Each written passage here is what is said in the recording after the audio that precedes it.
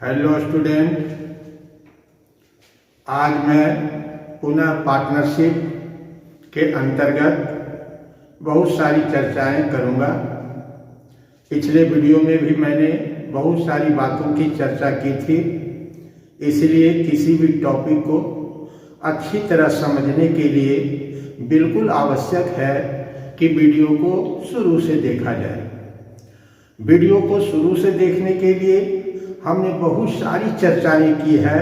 लगभग इसके पीछे पार्टनरशिप को लेकर मैंने अनंत कई वीडियो बना रखे हैं। आज हम फोकस करेंगे बिल्कुल reconstitutions of partnership firm, that means साझेदारी फर्म का पुनर्गठन। ये पुनर्गठन क्या होता है?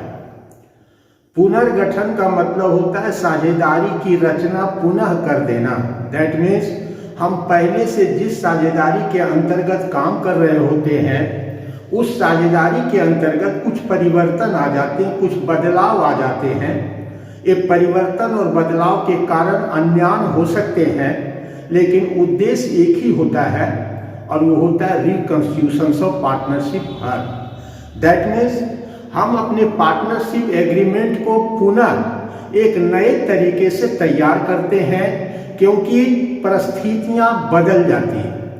परिस्थितियां बदलने के कारण पहले से जो मैं अपने एग्रीमेंट को बना रखा होता हूं, उसमें कुछ परिवर्तन की बात आ जाती है और इसी परिवर्तन को देने के लिए प्रायः हम रिकंस्टिट्यूशन ऑफ पार्टनरशिप फर्म करते हैं, अर्थात पुनः हम साझेदारी फर्म की पुनर्गठन करते हैं, जिसके अंतर्गत जो महत्वपूर्ण रूप से एक बच्चों को, विद्यार्थियों को जानना है, वह जानना है जिसको हमने पहले से लिख रखा है, उस पर हम चर्चा करेंगे।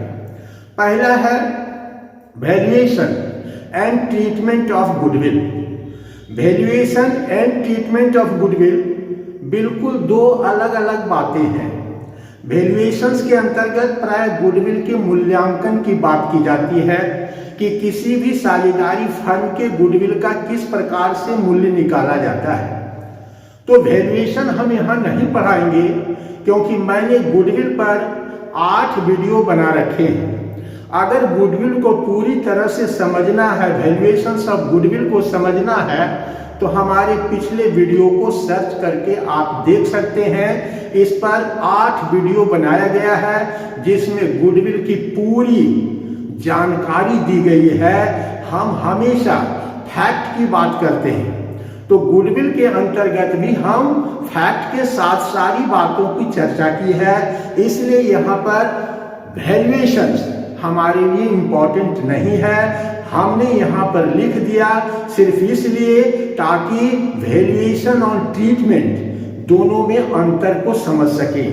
वैल्यूएशंस के द्वारा प्राय हम गुडविल का मूल्यांकन करते हैं, और गुडविल का मूल्यांकन करने के लिए 4 विधि का प्रयोग किए थे।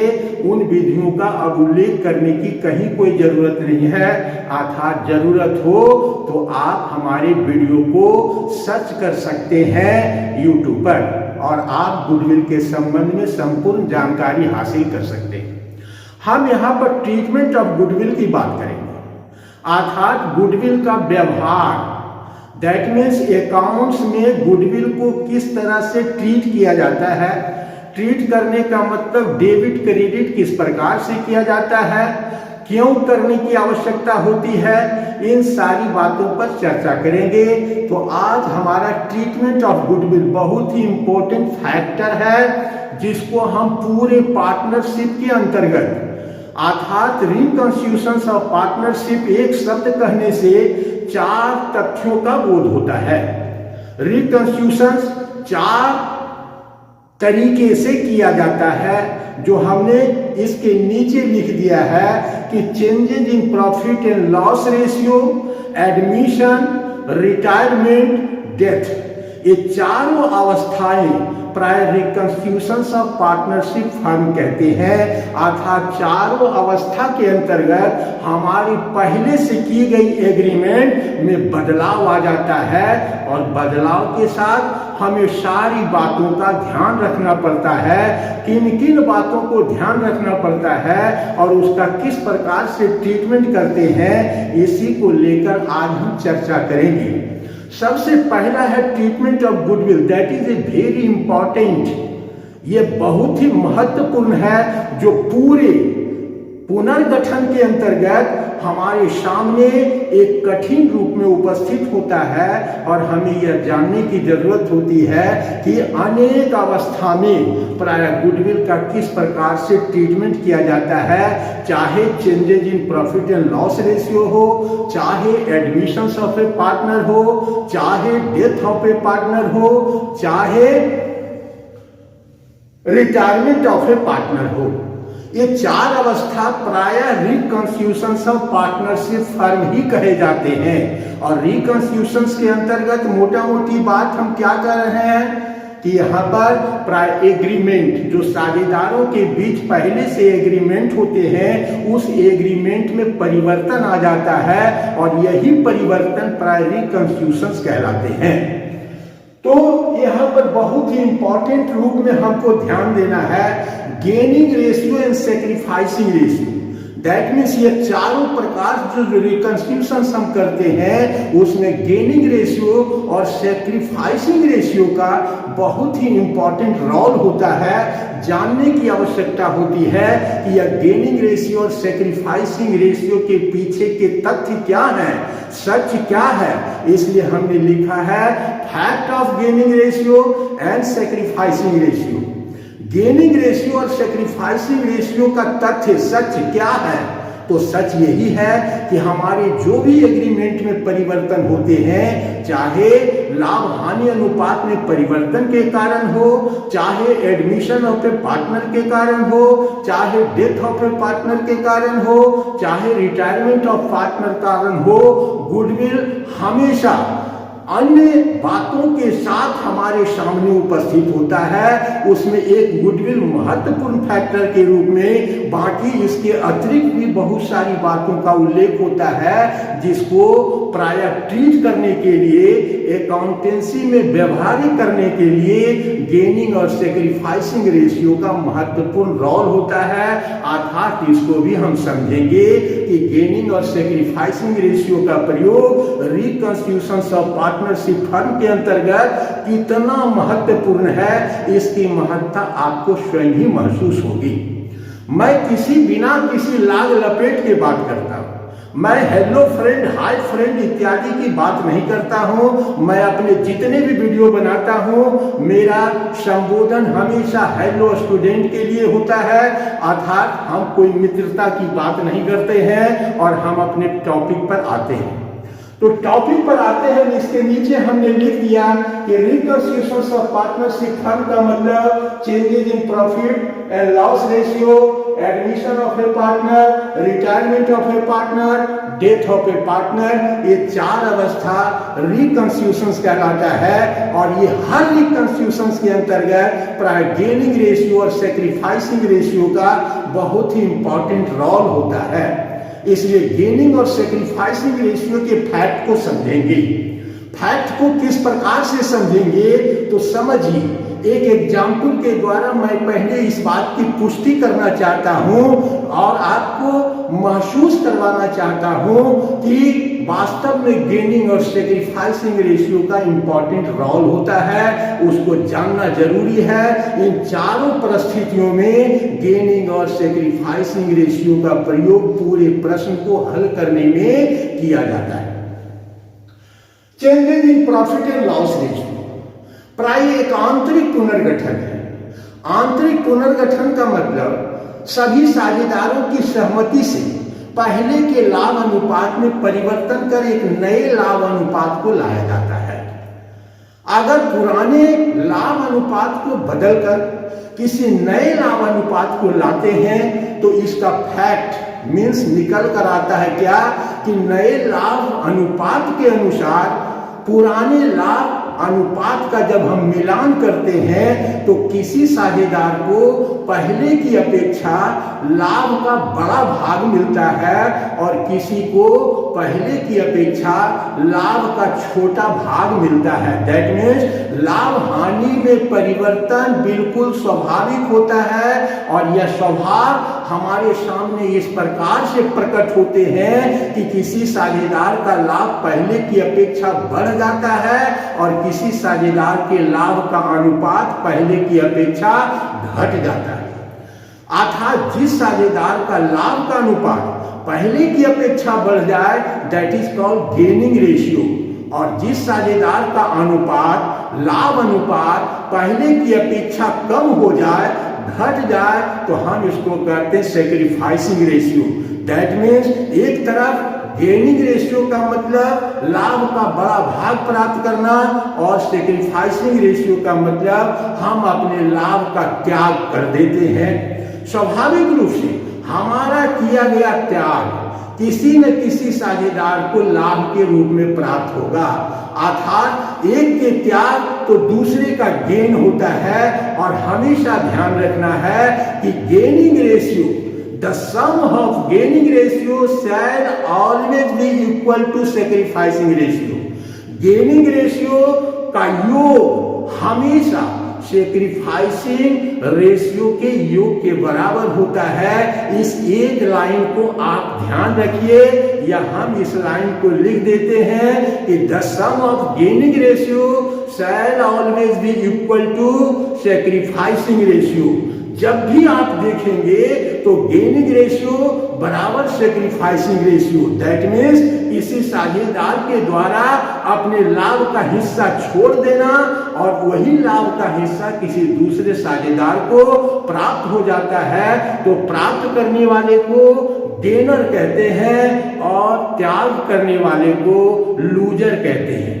और ये गेनिंग रेशियो और सैक्रिफाइसिंग रेशियो का चक्र पूरे चारों अवस्थाओं में चलता है, पूरे रिकंस्टिट्यूशन ऑफ पार्टनरशिप फर्म के अंतर्गत चलता रहता है, चाहे वह changes in profit and loss ratio हो, चाहे एडमिशन ऑफ ए पार्टनर हो, चाहे रिटायरमेंट ऑफ ए पार्टनर हो या डेथ ऑफ ए पार्टनर हो। ये चारों अवस्था में प्रायः हमारा पहले का लाभ अनुपात बदल जाता है और बदलने के उपरांत यही स्थिति निकलती है कि किसी को लाभ का पहले की अपेक्षा अधिक मिलता है तो किसी का लाभ अनुपात पहले की अपेक्षा घट जाता है। इसी को गेनिंग रेशियो और सैक्रिफाइसिंग रेशियो की बात आती है। यह changes in profit and loss ratio बिल्कुल रिकंस्टिट्यूशन का एक आंतरिक भाग है। दैट मीन्स इसमें कोई बाहरी हस्तक्षेप की बात नहीं होती है। सभी साझेदार आपस में मिल बैठकर एक नई सहमति बनाते हैं कि लाभ का अनुपात इस प्रकार से होना चाहिए और सभी साझेदारों की सहमति से उस नए लाभ अनुपात को स्वीकार कर लिया जाता है। तो वैसी परिस्थिति में पुराने लाभ अनुपात यहाँ से हट जाएंगे और नए लाभ अनुपात भविष्य के लिए प्रयोग में किए जाएंगे और यह हट जाएंगे और प्रयोग किए जाएंगे। बीच में गेनिंग और सैक्रिफाइसिंग का उद्भेदन होता है। उसी को आज हमें समझना है कि facts of gaining and sacrificing ratio क्या है। सपोज दैट हम यहाँ पर एक एग्जाम्पल लेते हैं। Suppose that A B C तीन पार्टनर हैं जो लाभ हानि 5:3:2 में बांटते हैं। That is called old ratio. इसको हम कहते हैं ओल्ड रेशियो।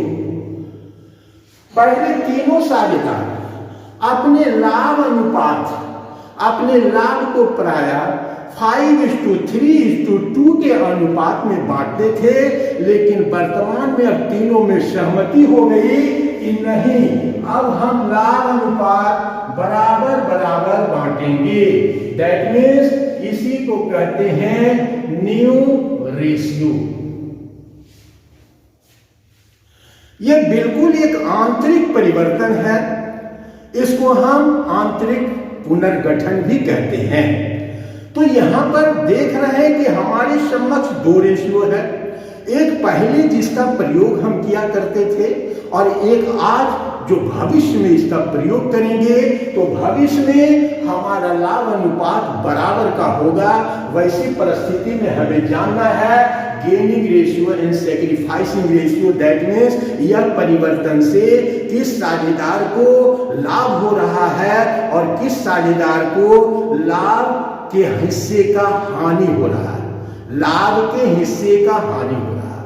दैट मीन्स अब इसे अनुपात में है, इसको हम भिन्न अनुपात बना दें, कुछ भी कर दें तो लिख सकते हैं 5/10, 3/10, 2/10 और इसको लिखेंगे 1/3, 1/3, 1/3। इस प्रकार से हम ऑड रेशियो और न्यू रेशियो को सामने में रखेंगे।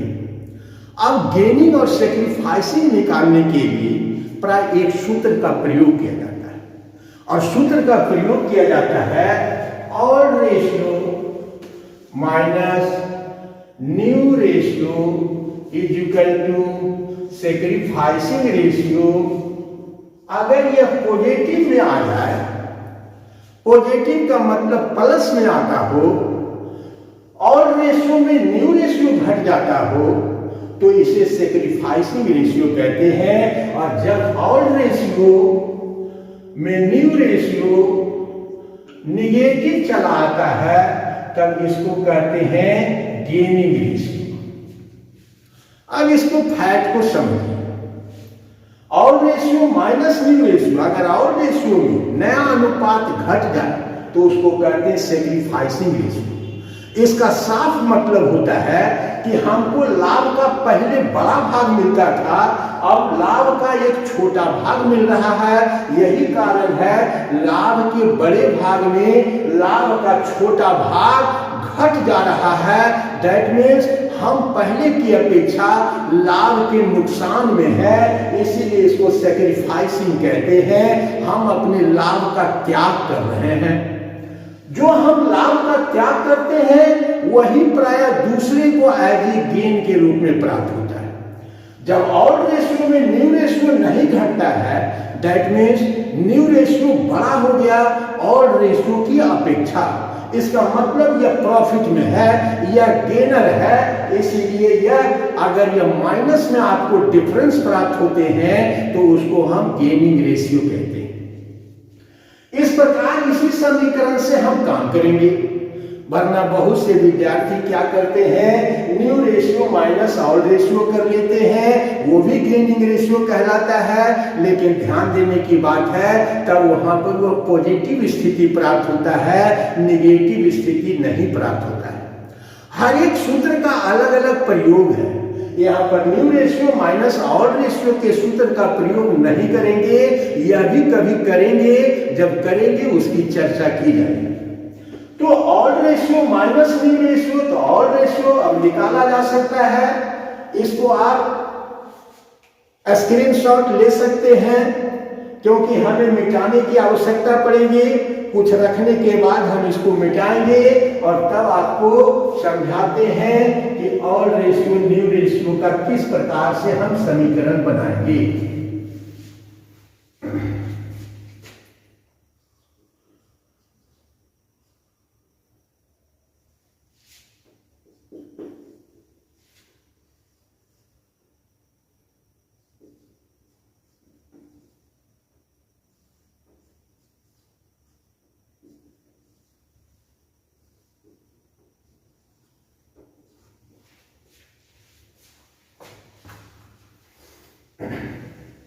Odd ratio minus new ratio, odd ratio 5/10, 3/10, 2/10, new ratio 1/3, 1/3, 1/3।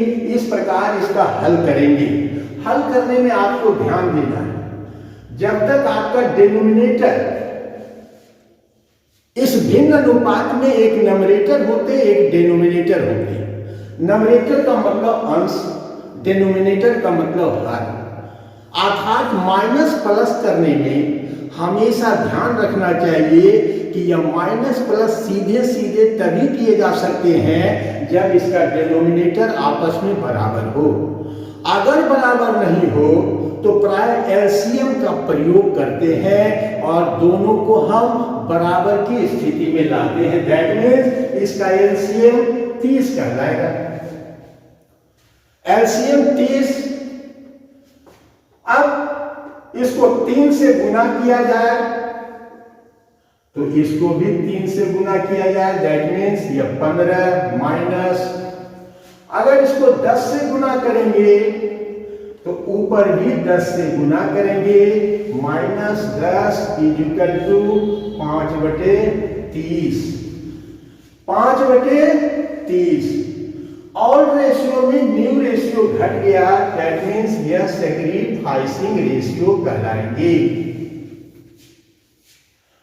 Odd ratio 15/30 में -10/30 अर्थात ऑलरेडी यह घट रहा है, इसीलिए इसको हम कहेंगे 5/30। इसे हम सैक्रिफाइसिंग रेशियो कहते हैं। दूसरा स्थिति में भी आपको एलसीएम 30 का लेना है। इसको 3 से गुना करना है 9, इसको 10 से गुना करना है 10। दैट मीन्स यह देखिए 1/30 या माइनस पोजीशन में आया है, तो इसको हम कहेंगे गेनिंग रेशियो। अभी तुरंत हमने इस पर चर्चा किया था कि अगर ऑड रेशियो में न्यू रेशियो नहीं घटता है अर्थात नेगेटिव प्राप्त होता है तो उसे हम गेनिंग रेशियो कहते हैं।